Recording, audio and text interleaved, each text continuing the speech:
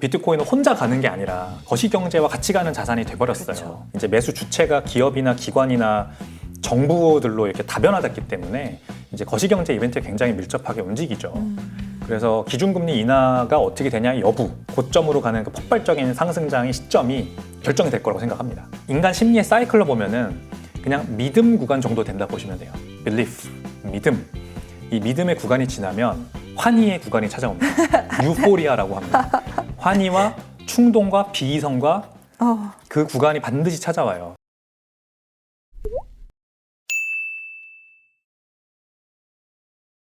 네, 오랜만에 디지털 자산과 관련된 이야기를 해보려고 합니다. 한동안 정말 이더리움의 시총에 대한 이야기, 요즘에는 또 비트코인이 하락세를 보이기도 하고 이러면서 그야말로 디지털 자산은 온탕과 냉탕을 번갈아가는 그런 분위기를 보이고 있는데요. 백훈종 대표님을 오랜만에 모셨습니다. 대표님 안녕하세요. 네, 안녕하세요. 네, 듣기로는 해외에서 들어오신 지 얼마 안 됐다라고 들었습니다. 매우 그렇죠. 바쁘게 지내고 계신가 봐요.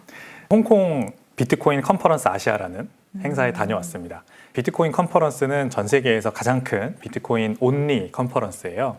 이 미국에 있는 비트코인 매거진이라는 비트코인 전문 미디어가 있습니다. 네. 이곳에서 주최를 하는 행사고, 미국에서 보통은 마이애미에서 이제 매년 하는 행사를 이제 유럽의 암스테르담 그리고 아시아인 홍콩 이렇게 확장을 해서 한 2, 3년째 이어져 내려오고 있는 거예요.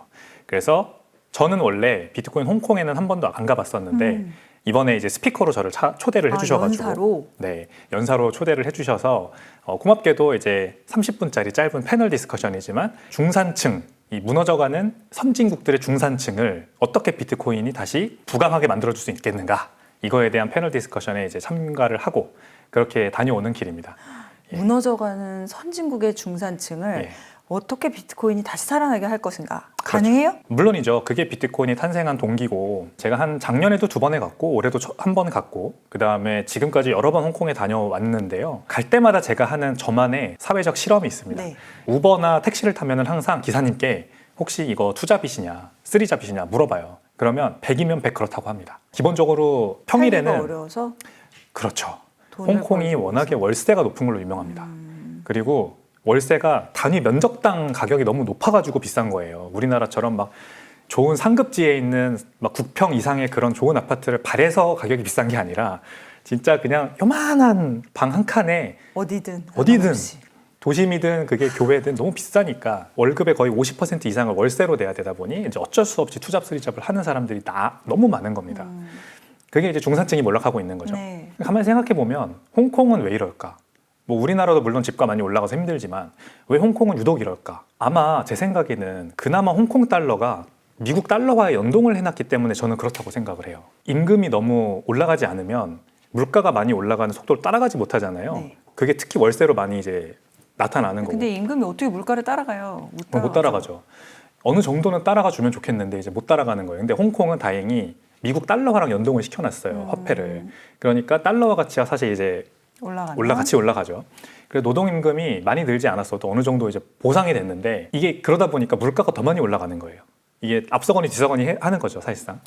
근데 우리나라나 일본이나 중국 같은 이제 다른 주요 중지국들을 보면 이 달러화 가치 대비해서 훨씬 절하되는 환경에서 그동안 50년 동안 쭉 이렇게 있었단 말입니다, 사실상. 맞아요.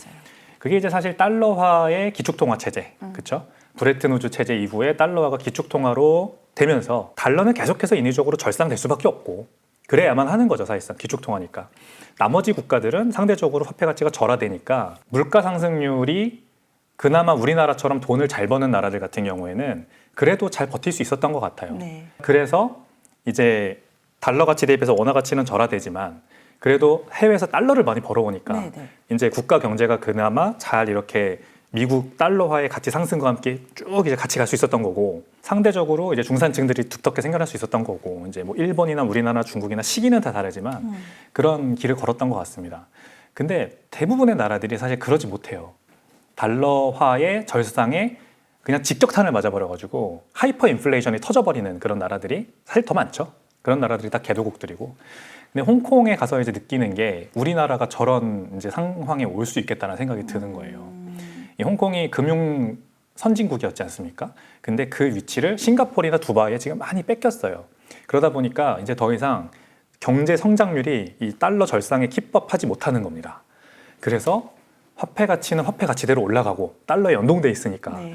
돈은 못 버니까 국경제는 내려가고 그러니까 이 인플레이션이 집값이나 이런 곳에서 터져버리고 노동임금은 상대적으로 안 올라가고 그러니까 이제 점점 가난해지는 사람들이 많이 생겨나고 이 가만히만 우버나 있는데 가난해지는 거예요. 그렇죠. 화폐 가치가 녹아내리니까 그러니까 내 재산 가치가 녹아내린다 표현하는 게 정확하겠네요. 그러다 보니까 이제 더 힘든 사람들이 늘어나는 것 같아요. 그래서 이런 분들께 제가 조언 드리고 싶은 게 이번에 홍콩의 컨퍼런스에서도 제가 이제 굉장히 힘주어서 말한 부분인데 네. 비트코인에 저축을 해라라는 거죠. 비트코인에 저축을 해라. 예. 내가 버는 돈, 그 돈의 가치가 가만히 있어도 녹아내리니까 비트코인으로 그 즉시 다 바꿔놓으면은 네. 이제 장기적으로 봤을 때는 미국 달러화나 어쩌면은 금보다도 훨씬 더 빠른 속도로 가치가 늘어서 내가 이제 가지고 있는 돈의 재산 가치가 늘어난다라는 거죠. 이 얘기를 비트코인 컨퍼런스 가서 얘기하면은 그래도 큰 호응을 받아요. 저도 이제 관중석에서 이렇게 막 휙 하는 휘파람도 듣고 박수도 듣고 막 했는데 이제 이런 물결이 저는 우리나라에까지 넘어왔으면 좋겠어요. 우리나라도 사실 그렇게 되기 일보 직전 같거든요, 저는. 그래서 비트코인에 계속 이제 중산층의 어떤 희망으로서 구명 보트 같은 거죠. 비트코인의 가치를 계속 설파하고 다니려고 저는 좀 마음 먹고 왔습니다. 굉장히 적절한 시기에 모신 것 같아요. 사실 홍콩의 비트코인 컨퍼런스에 다녀오신 줄 모르고 이제 모셨는데 이렇게 타이밍이 잘 맞아서 좋고 방금 말씀하신 내용 중에 비트코인이라는 게 결국 무너져가는 중산층의 어떤 동아줄 역할을 하기 위해서 태어난 거다라고 말씀하셨는데 그것도 비트코이너이신 백 대표님이 있으니까 좀 여쭤볼까요? 그렇죠. 2008년 금융위기가 이제 대표적으로 지금 우리가 살고 있는 법정화폐 시스템, 이 브레튼 우드 체제 이후에 달러 기축통화가 계속해서 이제 한 70년 정도 닉슨 쇼크 이후로 하면 한 50년 조금 넘게 이렇게 이어져 오고 있는 중에 엄청난 부작용이 발생할 수 있구나라는 것을 단적으로 보여준 사건이었다고 생각해요. 2008년 금융위기의 뭐 원인, 뭐 그다음에 결과 이런 거는 방송을 보시는 시청자 여러분들도 익숙하실 거예요. 모럴 해저드, 뭐 은행의 모럴 해저드, 월가의 탐욕, 뭐 이렇게 많이 이제 조명이 되죠. 서프라임. 그렇죠. 모기지. 서브프라임 모기지 사태. 근데 다 맞는 말인데 그건 다 결과예요, 사실. 우리가 원인을 제대로 파악을 해야 되죠. 근데 원인은 사실상 이 시스템 자체가 잘못되어 있는 겁니다. 돈이라는 거를 중앙은행이라는 하나의 기관이 발행을 담당하다 보니까 결국 절대 권력은 부패한다 라는 게 여기 이제 맞아 들어간 거죠. 그래서 은행이 모럴 해저드를 일으켰어요. 이제 그 전에 이제 뭐 클린턴 행정부의 여러 가지 정치적인 그런 니즈에 의해서 서브프라임 모기지 등급에도 대규모 은행들이 투자를 하게 되는 이런 사태까지 발생한 것 자체가 사실 정치권의 모럴 해저드였는데 네. 인기 영합주의적인 정책을 내세워야만 프라임은 했던. 괜찮은데 서프라임이 위험했던 거예요. 그렇죠. 위험 등급 채권들을 잔뜩 발행하게 되는 거죠. 이런 금융기관들이. 근데 여기에서 이제 문제가 발생을 했어요. 근데 이거를 은행과 금융기관들이 둔갑을 하려고 문제가 없는 척을 하려고 CDO라는 더 복잡한 파생 상품을 만들어서 다양한 트렌치의 금융상품들을 모아서 네. 정크본드 그리고 우량 등급 모두 모아서 우량 등급이다. 이제 이렇게 둔갑을 시켜서 이걸 또 계속해서 이제 회전을 시킨 거죠. 근데 이런 과정에서 무너졌어요, 결국. 이 무너진 사태를 복구하는 과정에서 천문학적인 돈이 쓰여졌단 말이에요. 여기에서 이제 중앙은행이라는 기관이 등장을 하는 거죠. 당시 벤 버냉키 연준 의장이 네. 헬리콥터 머니라는 표현을 썼죠. 헬리콥터에서 진짜 돈을 뿌리는 것처럼 무제한으로 유동성 공급하겠다. 절대 미국이라는 금융시장이 무너지게 둘 수 없다. 두지 않겠다. 이런 천명을 해서 사실상 다시 한번 금융시장을 일으켜 준 겁니다. 신뢰 회복시켜 준 거죠. 근데 여기까지는 뭐 좋다고 할 수 있어요. 네. 엄청난 문제가 발생했으니 그래 천문학적인 돈을 써야겠지. 근데 어디까지 쓸 거냐 도대체. 이제 문제가 어느 정도 일단화됐으면은 그만 걷어들여야 되는데 아니면 멈춰야 되는데 계속해서 풀어왔던 거죠. 그래서 이제 2010년 유로존 위기, 그다음에 그 이후로 쭉 이어져 내려오는 2010년대 이후에 2010에서 2020년까지 이어지는 요 골디락스죠, 말하자면 미국 증시의 폭발적인 상승. 이게 이제 결국 무제한 양적 완화 덕분에 가능했던 거고 연준이 계속해서 제로금리 정책을 10년 동안 유지해 줬기 때문에 2010년에서 20년까지 연준의 금리 정책과 이 S&P 500 지수가 거의 동행하면서 이렇게 움직이는 네. 이렇게 된 것 같아요. 근데 이런 과정에서 결국 이제 그 자산이라는 걸 가지지 못한 부동산과 주식이나 이런 것들을 많이 가지고 있는 자산가 계층은 좋아요. 돈이 풀려서 금융 인플레로 인해서 발생하는 자산 가격 상승이잖아요. 이 수혜를 보는 건 결국 부자들이죠.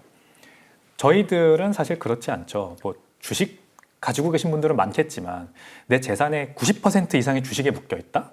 이런 분들 많이 없을 거라고 저는 생각합니다. 우리나라에도. 내가 받고 있는 월급이 일단 있을 거고, 회사에 오래 다니셨다면 퇴직연금이 많이 묶여 있을 거고, 그리고 부동산 뭐 한 채 정도 가지고 계시거나 전세 살고 계시다면은 전세 보증금이나 그렇죠. 부동산 대출에 많이 또 돈이 들어가 있을 거고, 주식도 투자하시겠지만 예금에 또 많이 몰려 있을 거라 생각하고요. 보험도 있을 거고, 이렇게 주식이나 부동산 같은 자산 외에 모든 영역에 대해 자산이 쫙 퍼져 있죠.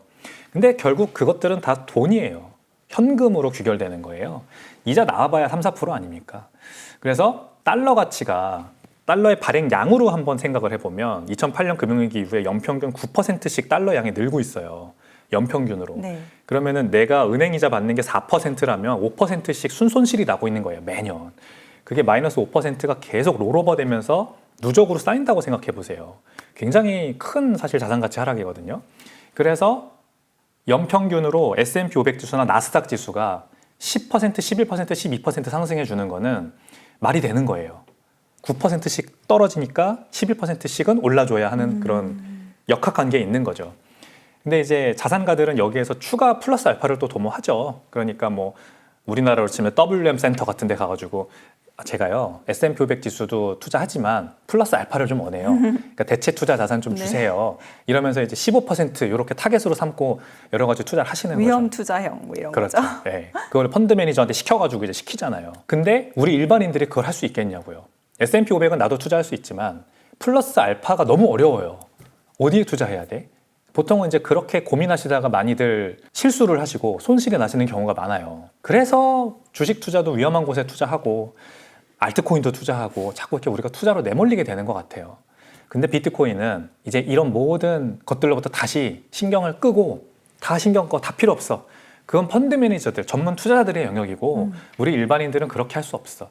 일상생활이 바빠 죽겠는데 언제 차트 들여다보고 주식 공부하고 그러고 있어요. 맞아요. 그래서 꾸준히 비트코인만 사면 된다. 비트코인의 연평균 수익률이 지금 10년으로 치면 40, 50% 정도 되거든요. 50% 정도 돼요. 앞으로 50%가 아니더라도 30%, 20% 하더라도 S&P 500이나 나스닥을 충분히 상회하잖아요. 2배 상회하는 거예요. 그러니까 비트코인은 진짜 중산층을 위한 돈이다. 이렇게 생각하는 거죠. 그 믿음에는 변함이 없으세요? 저 6개월 만에 만났는데. 그동안에 이제 막 장세가 또 이제 어쨌든 왔다 갔다 했잖아요. 그리고 그렇죠. 좋을 때도 있었고 지금처럼 좀 이렇게 뭐 나빠지나 뭐 이럴 때도 있었고 그런데 그리고 비트코인도 이제 거의 대장주처럼 돼가지고 움직임이 예전 같지 않다 이런 얘기들도 많이 나오고 그래서 6개월이라는 시간 동안 비트코이너이신 백 대표님께서 겪으신 마음의 롤러코스터는 없었나요? 물론 이제 단기적인 시각으로 보면 굉장히 크게 믿음이 흔들릴 만한 그런 지점들이 몇 번 있었어요. 근데 이제 올해 수익률을 보면 여전히 비트코인이 이제 연초 1월 1일 대비해서 20% 정도 되거든요. 12만 4천 불 고점으로 치면은 20한 7, 8% 정도 될 거예요. 그러니까 나쁘지 않아요. 사실 연초 대비 수익률을 보면. 그래서 중간중간에 한번 크게 떨어지고 또 길게 횡보하고 이제 이런 부분이 힘든 거거든요. 즉 12만 4천 불에 내가 들어갔다. 네. 이제 이런 분들 입장에서 힘든 거죠. 힘들죠. 고점을 들어갔으니까. 그렇죠. 근데 이제 저는 사실 12만 4천 불에도 사고 오. 11만 불에도 사고 계속 꾸준히 매주마다 저는 매수를 맞아요. 하는데 그때 그렇게 말씀하셨죠. 네, 그러니까 사실 가격을 안 보고 사기 때문에 저는 괜찮아요. 저는 사실 아무런 느낌이 없었어요. 문제는 주변에서 제가 이제 기자님한테도 그러지만 지금 가격 이거 높은 거 아니에요. 그냥 사세요. 감내할 수 있는 금액이라 생각하시는 금액이 있으시면 그냥 시원하게 사십시오. 근데 이런 분들은 이제 예를 들어 12만 4천 불에 샀으면은 거기서부터 쭉 내려오기만 했으니까 저한테 좀 불만을 토로하시는 분들도 있죠. 백 대표 언제 올라갈 것 같아? 계속 그러시는데 네. 저는 그래서 말씀드리는 게 저도 2021년에 산 비트코인도 굉장히 많아요. 2021년에 참고로 고점이 8천만 원이었어요. 근데 제가 뭐 6천만 원, 5천만 원, 6천만 원, 7천만 원대 샀기 때문에 8천만 원 갔다가 금방 떨어져서 1천만 원대까지 쭉 2023년 내내 떨어졌거든요. 얼마나 힘들었겠어요. 세상에 8천에서 1,000만 원까지. 그럼요. 그때 저도 어떤 기분인지 잘 알아요. 근데 여러분 한 1년만 더 기다리시면 2024년부터 귀신같이 복귀를 하기 시작해서 수배, 7배, 8배 넘는 수익을 거두기 시작합니다. 그때 샀던 고점에 샀다고 믿었던 게. 그러니까 타임프레임이 그렇게 길지도 않아요. 사실 1년, 2년이면 복구하니까. 지금도 저는 그럴 거라고 생각해요. 일각에서는 이제 크립토 윈터가 뭐 내년 후반부 뭐 이렇게 온다 그 이후로 그런 예상을 하기도 하는데 그러면 이제 대표님의 예상은 그렇지 않다. 이제 단기적으로는 그럴 수도 있지만 사실 직접 비교를 하기는 좀 그런데 21년이랑 비교해 보면 지금은 아직 가격이 그렇게 많이 폭발적으로 올라가지 않았거든요. 그러니까 21년처럼 반감기 때 대비해서 고점 가격이 한 7, 8배 정도 올랐으면요. 아마 그 이상 떨어지는 게 충분히 예상 가능한 시나리오예요. 그래서 실제로 8천만 원에서 1천만 원까지 떨어진 거고.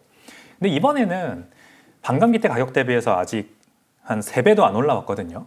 2배 정도 올라왔어요. 그러면은 이 정도 가지고 뭐 2배 떨어져 봐야 2배 올랐으니까 100% 떨어지는 건가요, 그러면? 절반 돼봤자 그렇죠. 얼마 안 돼요, 사실상. 다시 6만 불, 7만 불 이렇게 돌아가는 거거든요. 그 정도면은 12만 4천 불 고점 대비해서 말씀드리는 겁니다. 그러면은 그렇게 크게 떨어지지 않는 거구나. 충분히 버틸 수 있겠다. 21년 고점 정도까지 다시 내려오는 거니까. 이렇게 생각을 하고요. 만약에 아직 올해가 그래도 남았잖아요. 그래서 남은 기간 동안 비트코인이 이제 폭발적으로 오를 가능성이 있죠. 그래서 이번 반감기 가격인 6만 불 정도에 대비해서 한 3배, 4배까지 오른다. 그래서 18만, 한 20만, 25만 이렇게까지 오르면 그래도 이제 하락폭이 더 클 거라고 생각을 합니다. 26년 언젠간 찾아오겠지만 그 하락폭이 한 20만 불에서 6만 불까지 쭉 떨어지면은 굉장히 하락폭이 큰 거잖아요. 근데 올해 안에 고점을 볼 수 있다고 보시는 거예요? 그런 아직은 가능성이 가능성이 있다. 있다고 봅니다. 올해 얼마 안 남았는데. 맞아요. 그래서 좀 더 가능성 얘기를 하면은 26년 초로 밀렸다고 저는 보는 시각이 좀 더 우세하고요. 좀 더 늘어났다. 기다려야 될 시간이. 네, 좀 더 연장된 것 같습니다. 이제 결국 비트코인은 혼자 가는 게 아니라 거시경제와 같이 가는 자산이 돼버렸어요. 그렇죠. 21년에도 일부 그런 모습이 있었고, 근데 2017년이나 2013년과 비교하면 확실히 지금 비트코인은 완전히 혼자 독주하는 그런 자산은 아니에요. 이제 매수 주체가 기업이나 기관이나 정부들로 이렇게 다변화됐기 때문에 이제 거시경제 이벤트에 굉장히 밀접하게 움직이죠. 그래서 기준금리 인하가 어떻게 되냐 여부, 맞아요. 전 세계 정부들과 중앙은행들이 양적 완화에 얼마나 적극적으로 나서냐의 여부에 따라서 계속해서 비트코인의 피날레, 고점으로 가는 그 폭발적인 상승장의 시점이 결정이 될 거라고 생각합니다. 그러나 인하장이 이제 시작될 거고 그렇죠. 그렇기 때문에 비트코인의 미래가 어둡기보다는 밝다. 올해. 네, 올해는 아직까지 폭발적인 상승이 나오지 않았기 때문에 지금 횡보하고 있는 건 사실상 상승장의 전조 증상이라고 저는 봐요. 2025년은 아직까지 폭발적인 상승장의 전조 증상이 쌓여가고 있는 에너지가 누적되고 있는 그런 구간인 거예요. 현재까지는. 네. 남은 기간에도 계속 그럴 거라고 보고요. 지금 2025년 들어서 비트코인을 팔고 있는 고래들의 장기 투자자들이죠. 고래들의 총 비트코인 매도 수량이 327만 개로 알고 있습니다. 327만 비트코인인데 이게 2021년 피크를 넘어선 수치거든요. 네. 2021년보다 왜 이번에는 장기 투자자들이 더 많이 파냐? 저는 여기에 비트코인의 상징적인 가격이 지금 10만 불, 11만 불에 와 있기 때문이라고 생각을 해요. 그러니까 내가 비트코인 한 10년 들고 있었던 사람이라 치면은 한 10불에 샀을 수도 있고요. 100불에 샀을 수도 있어요. 뭐 수백 개, 수천 개를 가지고 있는 사람인데 10만 불에 한 번은 정리하고 싶을 것 같아요. 저 같아도. 내가 충분히 그동안 10년 동안 버티고 있었고 차익 실현하고 가자. 차익 실현을 한번 하고 가자. 네. 다 팔진 않더라도. 그죠? 그런 거예요. 10만 불, 11만 불, 12만 불에 많은 매도세가 나올 수밖에 없는 구간인데요. 만약에 비트코인의 운명이 한 여기까지다. 더 이상은 이 고래들의 물량을 받아줄 주체가 없다. 그러면 가격이 쭉 떨어졌어야 돼요. 사실상. 10만 불 올라갔다 떨어지고 10만 불 올라갔다 떨어지고 근데 12만 불 갔다가 10만 불에서 버티고 다시 올라오고 다시 12만 불 찍었다가 다시 버티고 다시 올라오고 이러는 거는 누가 사고 있다는 얘기거든요. 그 엄청난 물량을 327만 개의 물량을 네. 누가 받았냐? 기업들이 받은 겁니다. 이제 앞으로 비트코인이 10년을 책임질 새로운 고래가 이 상장사들이에요. 비트코인 트레저리 전략이라는 네. 이 전략을 구사하는 기업들이 상장사들이요. 지금 전 세계적으로 130여 개 정도 되고 연말까지 160여 개까지 늘어날 전망이거든요. 이 기업들이 이제 넥스트 10년의 비트코인 고래입니다. 그래서 비트코인의 2025년은 이제 네.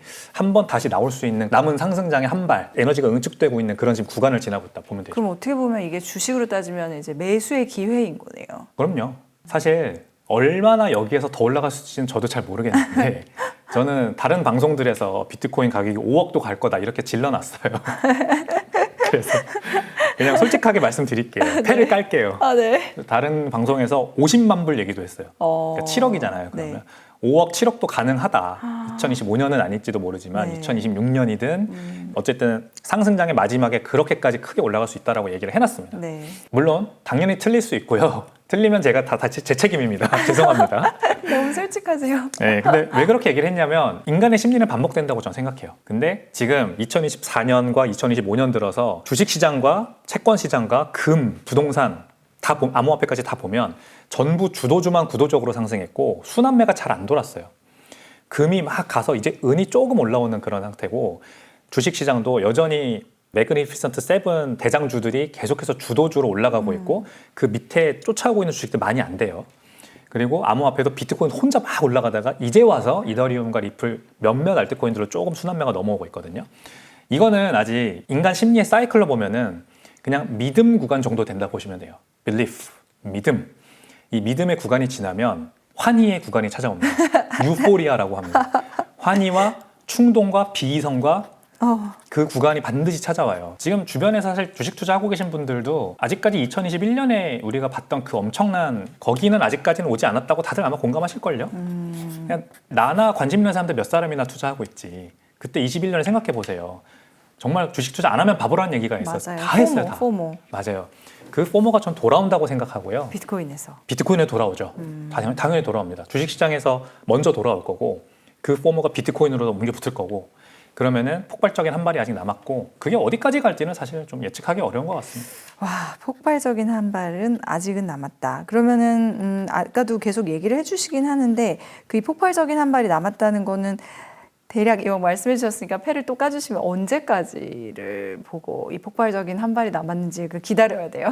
그게 참 어렵죠. 21년도로 한번 생각해 보면 네. 2021년 우리가 아마 4월 달일 겁니다. 비트코인 가격이 한번 6천만 원을 찍고요. 네. 그 전에 무슨 일이 있었냐면 일론 머스크 테슬라 CEO가 테슬라의 비트코인 결제를 받겠다. 그리고 테슬라 회사가 비트코인을 샀다. 이게 이제 촉발이었어요. 그 연초에 21년 연초에 그 발표를 하고 나서 비트코인이 급격하게 올라간 거거든요. 그래서 6천만 원까지 순식간에 올라갔고 6천만 원이 아니죠. 6만 불까지 올라갔으니까 한 7천만 원 초반대까지 올라갔었어요. 그리고 나서 떨어졌는데 그게 끝인 줄 알았는데 11월 달에 다시 이제 6만 9천 불까지 거의 그러니까 전고점 넘어까지 올라가면서 그때가 피날레였거든요. 그때 11월 달이었습니다. 그때 8, 9, 10, 11 그쵸? 8, 9, 10, 11 4개월 동안 폭발적으로 오른 거예요. 그러니까 비트코인은 1년의 수익률이 그렇게 장기간에 걸쳐서 막 이렇게 나타나진 않아요. 단기간에 응축돼가지고 급격하게 올라가거든요. 그래서 이번에도 저는 한 4개월 내 한 번에 오른다. 3, 4개월 내에 한 번에 오른다라고 보고요. 시작이 언제냐 그래서 중요한 거죠.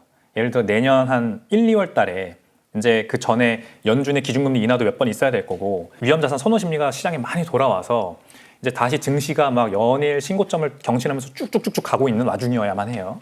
그러면서 비트코인에 다시 유동성이 몰린다. 그러면서 이제 뉴스들이 막 빵빵빵 나오기 시작합니다. 비트코인 얼마까지 갈까? 이제 그러면은 안 좋은 얘기는 하나도 없어져요.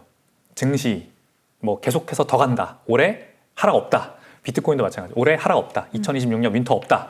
이런 뉴스들만 나오기 시작할 거고 우리가 이제 지하철이나 버스를 타면은 업비트 차트 들여다보고 있는 사람들이 막 이제 주변에 보일 겁니다. 그리고 카페에 가면은 아주머니 아저씨들이 모여 앉으셔가지고 비트코인 얘기를 하고 계시는 그런 걸 아주 심심치 않게 보게 될 거예요. 그러면은 이제 시작됐다 보시면 돼요. 아 이제 거품이 시작됐구나. 그러면 그때부터 길어야 4개월입니다. 짧으면 뭐 한 2, 3개월. 그럼 그 다음엔요? 그 다음엔 이제 거품이 무너지겠죠. 거품이 터지고 하락장으로 가겠죠. 항상 반복돼요. 네, 어쩔 수 없습니다. 하락장으로 가서 정말 8천만 원에 1천만 원 되는 막 그 정도의 가파른 하락세가 유지될 수 있지만 결국은 또 오른다라는 게 대표님의 생각이신 거 아니에요? 네. 지지선은 분명히 있을 겁니다. 비트코인이 뭐 1,000만 원까지 또 떨어지진 않을 거고요. 이번에 만약에 많이 올라서 정말 50만 불까지 갔다. 그러면은 많이 떨어지면은 한 10만 불까지 떨어질 거라고 저는 봐요. 지지선이 10만 불에 많이 있을 겁니다. 5분의 1. 네. 그동안 10년 동안 축적했던 고래들이 많이 차익 실현을 하고 있는 게 10만 불 언저리니까. 지금 뭐 그렇죠. 지금 언저리. 10만 불대 가격에서 그 수량을 받아내고 있는 주체가 상장사들이 거의 대부분이고 또 비트코인 ETF를 통해 가지고 장기적인 안목에서 투자하고 있는 펀드들이 또 많아서 이들은 단지 1, 2년만 보고 투자하지는 않았을 것 같고요. 한 5년, 10년 보고 투자했다고 봐요. 그러면은 이 정도 10만 불 선에서 지지선이 강하게 딱 받쳐주고 가격이 떨어져도 이 정도 선에서 이제 윈터가 쭉 이어지다가 다시 올라가지 않을까? 그렇게 예상합니다. 윈터가 오더라도 결국은 다시 올라간다. 다시 네. 봄이 온다라는 그렇죠. 말씀을 해주시는 거. 고래 얘기하셨으니까 저희가 지금 고래 매도 수량이 이렇게 지난 사이클을 초과해서 나오는 건 어떤 10만 불이라는 11만 불이라는 그 선에서 뭔가 사람들이 좀 한 번쯤 차익 실현을 하고 싶은 욕구가 있었고 그거를 받아주는 게 기업들이기 때문에 차익 실현이 됐지만 또 앞으로 갈 요인이 있다라고 말씀을 하신 걸로 이해를 했고 이거 얘기 나온 김에 그 미국의 전략적 비축에 대해서도 얘기해 볼게요. 이게 약간 비트코인 몰수와 관련된 거라고 알고 있는데 양이 얼마나 되고 이것도 고래인가요? 이제 미국 정부가 지금 현재 추산컨대 한 20만 개 정도 가지고 있다. 전부 이제 미국의 행정부에 있는 모든 기관들을 다 합쳐서 뭐 FBI가 예를 들어 범죄 은닉 자금을 비트코인으로 가지고 있었던 걸 몰수했다. 그러면 FBI가 가지고 있는 거잖아요. 이런 것들을 다 합쳐봐야 된대요, 일단. 근데 뭐 이유가 뭔지 모르겠지만 지금 트럼프 정부 출범한 지가 벌써 10개월 됐는데 아직도 정확히 몇 개의 비트코인을 가지고 있는지가 안 나오고 있어요. 그래서 여기 의심이 있어요, 일단. 미국 행정부가 사실 비트코인 없는 거 아니냐, 이거. 추산이 사실 잘못된 거고 그동안 각 부처마다 가지고 있었던 비트코인 그냥 몰래 다 팔고 수익 실현한 거 아니냐, 약간 이런 의심이 있거든요. 만약에 사실로 드러난다면 연준 독립성을 지금 트럼프 행정부가 좀 해치려고 하면서 이제 신뢰가 좀 깨지고 있잖아요. 그리고 통계국의 통계청장도 사임시켰죠. 맞아요. 이거 맞아요. 통계 잘못됐다 이러면서 미국의 신뢰가 금이 가는 이벤트가 하나 더 추가되는 겁니다. 비트코인 몇 개 가지고 있는데도 추산을 못 하는구나, 미국 정부가. 근데 이제 비트코인 진영 쪽에서는 이거를 오히려 호재로 봐요. 실제로 미국이 정부가 들고 있는 비트코인이 없다면 이제 더 공격적으로 매수할 거라고 보는 거죠. 행정부 차원에서. 트럼프 대통령이 어쨌든 행정명령을 내려놨잖아요. 전략적 비축 행정명령을 내려놨습니다. 근데 예산 중립적인 방법으로 해야 되기 때문에 미국의 의회 예산 허락 없이 독자적인 방법으로 비트코인을 사야 돼요. 그러면은 사실상 방법이 많지 않아요. 그래서 아직까지도 방법을 찾고 있는 건데 만약에 한 20만 개 이상 있었다고 생각했던 게 없어. 그러면은 더 공격적으로 알아보지 그렇죠, 않을까요? 그렇죠. 왜냐하면 지금 미국은 미중 패권 전쟁을 벌이고 있는데 중국이 19만 개를 들고 있어요. 이것도 중국 정부의 주장이긴 해요, 사실. 네, 드러난 건 없는 없어요. 둘 다 주장만 하고 있어요. 근데 어디까지나 의심이 있다 정도. 네, 의심이 있다 정도. 확인된 건 아니고. 그렇죠. 미국의 이 전략적 비트코인 비축이 왜 중요하냐면 이 트럼프 행정부의 지금 전략과 정확하게 맞아떨어지는 부분이 있거든요. 트럼프 행정부는 지금 달러 가치 절하를 하고 싶어 해요. 원래는 브레튼 우즈 체제에서는 달러 가치 절상은 필연적이었어요. 근데 그러다 보니까 미국이 천문학적인 부채를 계속 져야 되고 미국의 중산층 노동력이 계속 해외 직업을 뺏기다 보니까 이제 러스트 벨트가 나타나고 중산층들이 무너지는 거죠. 이거를 복구시키겠다고 하고 당선됐잖아요. 그래서 달러 가치를 절하시켜야 돼요. 그래서 외국에 퍼져 있는 값싼 노동력들이 미국에서도 이제 경쟁이 되게 만들어줘야 돼요. 그러니까 달러를 더 많이 풀고 싶고 이 달러의 수요를 계속해서 늘리고 싶은 거예요, 해외에서. 근데 이제 중국이나 인도나 일본이나 이런 나라들이 더 이상 달러를 안 사주잖아요, 옛날처럼. 그래서 이 새로운 수요처를 발견한 게 스테이블 코인이지 않습니까? 이 스테이블 코인이 미국채를 단기채를 엄청나게 많이 사주다 보니까 여기에서 새로운 수요가 발견된 거죠. 그래서 지니어스 액트 통과시켜서 이제 미국 달러와 스테이블 코인을 법제화시켰고 이거를 전 세계로 퍼져나가게 하는데 아주 열을 올리고 있습니다. 스캇 베센트 장관이 맨날 나와서 스테이블 코인 얘기하고 진짜 중요하다 막 이러고 있거든요. 그러면 과거 브레튼 우즈 체제에서 지금까지 이어져 내려오는 와중에 달러 가치가 절상됐어요. 그러면서 같이 절상된 게 뭐냐면 금입니다. 금. 이 달러가 해외로 계속 퍼져나가면서 만약에 미국에 이 금이라는 게 없었으면요, 그냥 미국 내에 있는 부동산이나 아니면은 뭐 기타 귀중품, 재화 이런 것들의 가격이 막 엄청나게 절상됐을 거예요. 근데 금을 가지고 있었기 때문에 금이 그걸 흡수하면서 인플레이션을 먹어주는 겁니다, 사실상. 그래서 미국이란 나라가 그나마 인플레이션에 그렇게 크게 시달리지 않고 브레튼 우즈 체제를 유지할 수 있었던 거거든요. 근데 이번에는 스테이블 코인이 그 달러 가치 절하의 주인공이에요. 달러가 더 많이 퍼져나가게 하는 주인공이라서 스테이블 코인의 시가총액이 늘어나면 그 즉시 가치가 올라가는 게 비트코인입니다. 지금까지도 그랬어요. 앞으로도 그럴 거고. 요걸 트럼프 대통령이 알고 지금 일부러 스테이블 코인은 필연적이죠, 결국 달러 가치의 절하를 위해서. 근데 그걸 통해서 발생하는 인플레이션을 받아줄 그릇은 비트코인으로 낙점을 한 겁니다. 그러니까 행정명령을 통해서 전략적 비축을 명령을 한 거고, 그 다음에 트럼프 미디어 그룹, 트럼프 일가가 하고 있는 회사도 한 2.7조 원어치 비트코인을 가지고 있는 걸로 드러났어요. 그러니까 아는 거죠, 자기네도. 이거 가지고 있어야지 이제 우리가 내 재산을 지킬 유지할 수 수 있구나. 있어. 아. 그리고 얼마 전에 또 401k 미국의 퇴직연금을 통해서 비트코인에 투자할 수 있다. 이것도 행정명령으로 서명을 했습니다. 그러면은 미국인들한테 다 간접적으로 비트코인 가질 수 있게 해주는 거거든요. 아는 거죠. 그러니까. 그렇죠. 연금의 일부가 거기 투자되는 거니까 자동으로. 네, 자동으로 투자돼서 간접 투자하게 하는 거예요. 그러니까 넥스트 100년은 결국 미국이 계속해서 달러 헤게모니를 유지하는데 비트코인이 인플레이션을 담아줄 그릇이니까 이건 무조건 미국인들 가지고 있어야 된다고 사실 생각을 하는 거예요. 트럼프 대통령이. 그래서 굉장히 중요한 거죠. 비트코인은. 미국 민주당은 어때요? 약간 좀 더 어떻게 보면 미적지근하거나 반대하던 민주당은 요즘 흐름이 맞아요. 이제 정치적인 이해관계가 공화당이 하는 거는 다 반대해야만 하고 트럼프 대통령이 하는 건 다 반대해야만 하기 때문에 가상자산에 대한 의견도 완전히 극명하게 갈립니다.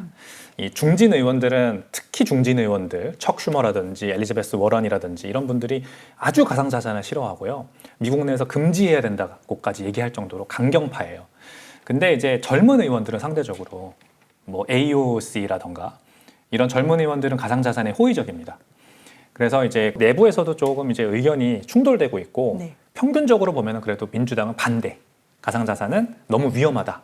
내재 가치가 없다. 반대한다. 이런 의견을 좀 더 우세한 것 같습니다. 워렌 버핏이나 찰리 먼거 같은 분들은 사실 굉장히 비트코인에 대해서 보수적으로 비우호적이었잖아요. 그랬죠. 그런 분들은 어떤 근거에서 그러셨을까요? 이분들은 제가 참 존경하는 분들이고 비트코인에 대한 의견만 다를 뿐 제가 이제 뭐 투자뿐만이 아니라 사실상 삶의 멘토로까지 저도 생각하는 굉장히 존경스러운 분들이죠.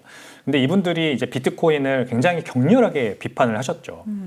찰리 먼거는 살아생전에 이 비트코인을 약간 거의 범죄 느낌으로 말씀하시죠. 항상 그런 식으로 말씀하셨고 워렌 버핏은 이제 rat poison이다, 쥐약이다 이렇게 얘기를 했었어요. 근데 이분들은 대표적인 머니 글리치를 통해 돈을 버신 분들입니다. 그래서 머니 글리치라는 건 뭐냐? 인피니트 머니 글리치라는 표현이 있는데 보험사에 투자를 주로 좋아하시죠? 네. 이분들이 카드사, 보험사, 은행.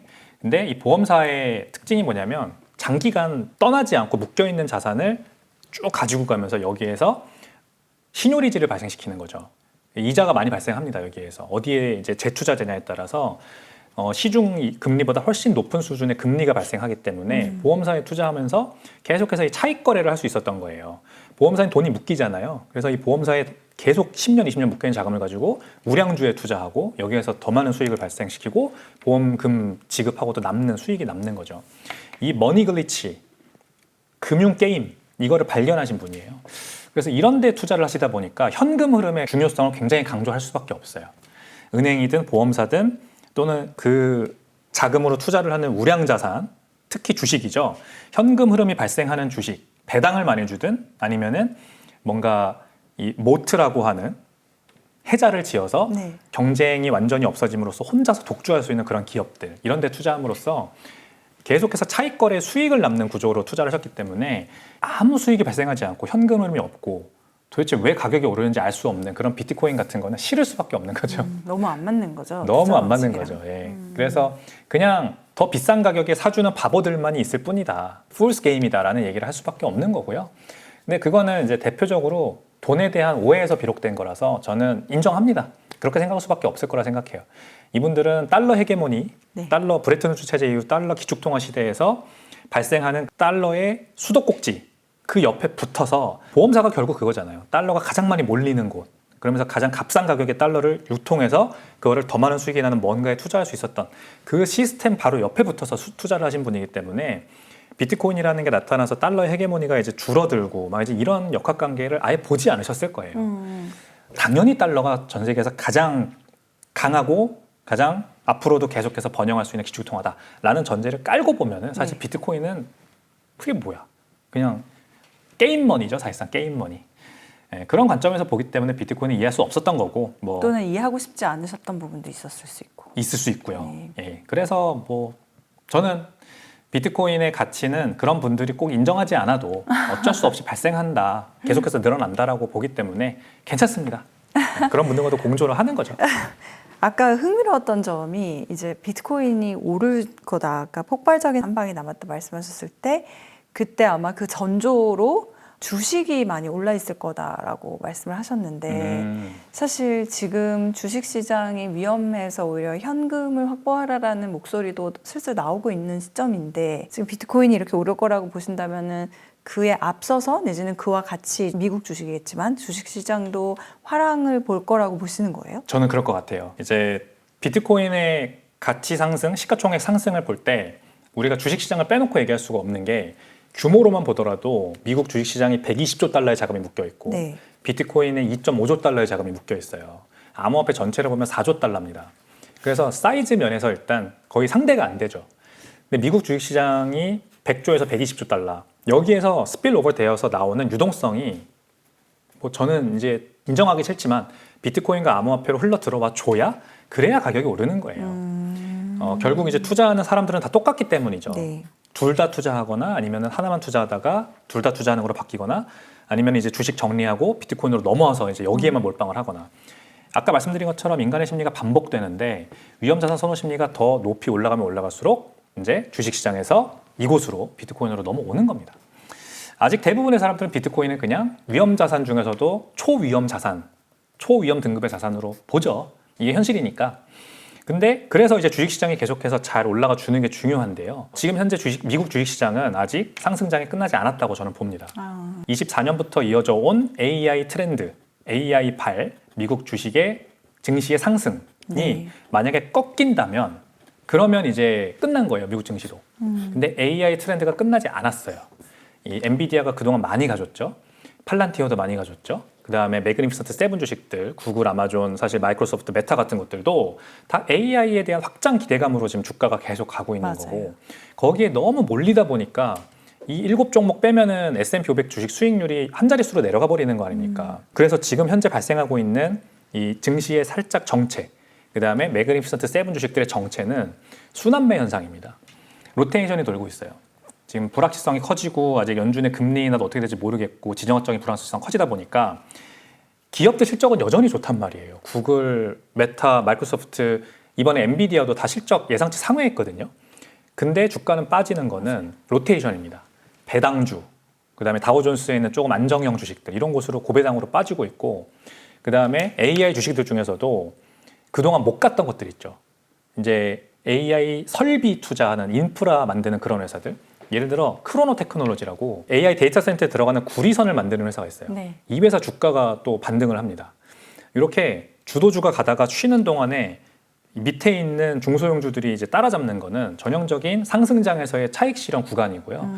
이 차익 실현 구간이 끝나면 이제 주도주가 다시 가요. 주도주 고평가 논란이 끝나거든요. 아직 뭐 이렇게 로테이션이 도네? 네네네. 그러면은 상승장 가겠네 이러면서 고평가 논란에 대한 불안함이 사라지고 다시 주도주 위주로 갑니다. 그래서 이 AI죠. 누가 뭐래도 이번 주식시장의 상승 기조는 AI 트렌드가 이끄는 겁니다. 이게 계속되는 한은 미 증시도 계속해서 조금씩 신고점을 돌파하면서 우상향할 거고 그런 와중에 이제 위험자산 선호 심리가 더 돌아오면 비트코인으로 또 더 많은 자금이 들어오는 거예요. 네. 그래서 증시 상승이 유지되는 게 저는 중요하다고 보는 겁니다. 그럼 역으로 이렇게도 생각해 볼 수 있어요. 증시 상승을 면밀하게 관찰하면서 증시가 상승이 아니면은 비트코인에도 투자하면은 그런 거고 증시 상승이 계속 간다 그러면은 비트코인도 좀 더 마음을 놓고 투자를 해도 되는. 왜냐면 흐름이 같이 가니까. 맞습니다. 맞아요.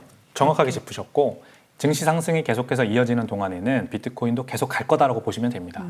증시가 근데 꺾였다. 네. 예를 들어 AI 트렌드의 주축이 되는 이 빅테크 기업들 있죠. 네. 이들이 완전히 꺾이면은요. 그러면 끝난 거예요. 이번 시즌은 끝난 겁니다. 주도주 위주로의 장사는 끝난 거고 여기에서 이제 말도 안 되는 드립으로 가격이 올라가는 그런 몇몇 중소형 주들이 있을 거예요. 그러니까 지금 현재 아직도 트렌드가 AI잖아요. 그러면 AI 트렌드를 등에 업고 드립이 나와요. 드립, 내러티브. 더 이제 끝났는데 계속해서 개미들의 자금을 끌어낼 수 있는 월가의 드립들이 난무하기 시작하면서 뭔가 말도 안 되는 내러티브의 주식들이 막 올라갈 거예요. 그게 이제 밈 주식이 될 수도 있고요. 2021년에도 봤잖아요. 우리 게임스탑이나 이런 거. 그런 밈 주식이 될 수도 있고 뭐 처음 들어본 그런 AI나 아니면은 AI에 파생된 어떤 그런 기업들이 될 수도 있는데 이런 식으로 이제 갈 거란 말이에요. 그러면은 사실 끝난 거예요. 그리고 거기에서 비트코인이 더 올라가면은 그것도 개미털기라고 보시면 돼요. 그냥 이제 더 올려서 고점에서 팔고 나가려는 어떤 기관이나 세력이 있는 겁니다. 이때 잘못하면은 이제 큰일 나는 거예요. 1년, 2년 묶일 수 있어요. 이제 저 같은 사람들은 상관없어요. 저 같은 사람들은 그때도 사요. 그러니까는 알죠. 증시가 약간 망가지고 꺾이고 그래서 비트코인도 휘청일 때에도 그 심지어 개미털기가 일어나는 고점에서도 사시겠다. 그럼요. 당연하죠. 비트코인은 개수를 늘려나가는 게 중요합니다. 그럼 역으로 어떤 상황에서 안 산다도 있으세요? 어떤 상황에서 안 산다? 네. 아니요. 저는 그냥 꾸준히 매주 월요일 아침에 한 50달러어치 비트코인을 사는 게 한 주의 시작이에요. 그렇게 한 주를 시작해야 저는 행복하거든요. 아, 매주 월요일 아침에 네. 50달러씩 네. 비트코인을 산다. 네. 그리고 주마다 이제 쭉 주를 지나면서 가격이 떨어지거나 좋은 기회가 나왔을 때 더 사는 거. 네. 또는 제가 뭐 이런 방송에 나오면은 출연료를 주시잖아요. 없던 자금이 생긴 거예요. 소액이지만. 소액이지만 네. 그걸로 비트코인을 더 사는 거예요. 그냥 그럴 때 행복감을 느끼기 때문에 사실 가격은 전 상관없는데 아마 고점 저점을 보시는 이제 일반 투자자분들은 당연히 제가 말씀드린 그런 개미털기가 일어나고 있을 때 사면은 한 1년 길게는 2년까지도 계속 물려 있어야 될 가능성이 있죠. 그러니까 빠져나와야 되는데 못 빠져나오면은 이제 다른 사람 빠져나올 때 묶여가지고 나는 네. 이제 한동안 못 빠져나오는. 뵐 때마다 지난 6개월 전에 뵀던 기억이 생각이 나요. 맞아요. 항상 이러셨어요. 답이 너무 단순해요. 그냥. 일관적이죠. 네. 원화 기반 스테이블 코인이 나오면은 원화의 가치가 좀 덜 하락하게 되나요? 그렇진 않을 겁니다. 사실 원화는 진짜 내수용 화폐거든요. 이미 우리나라는 너무 결제 시장이 너무나도 편리하게 잘 구축돼 있어서 스테이블 코인이 사실 쓸모가 없어요. 달러 기반 스테이블 코인이 유명해질 거니까 우리도 통화 주권 방어를 위해서 필요하다라고 하는 수식어가 생긴 거고 실사용 가치는 없다. 원화 스테이블 코인 생겨도.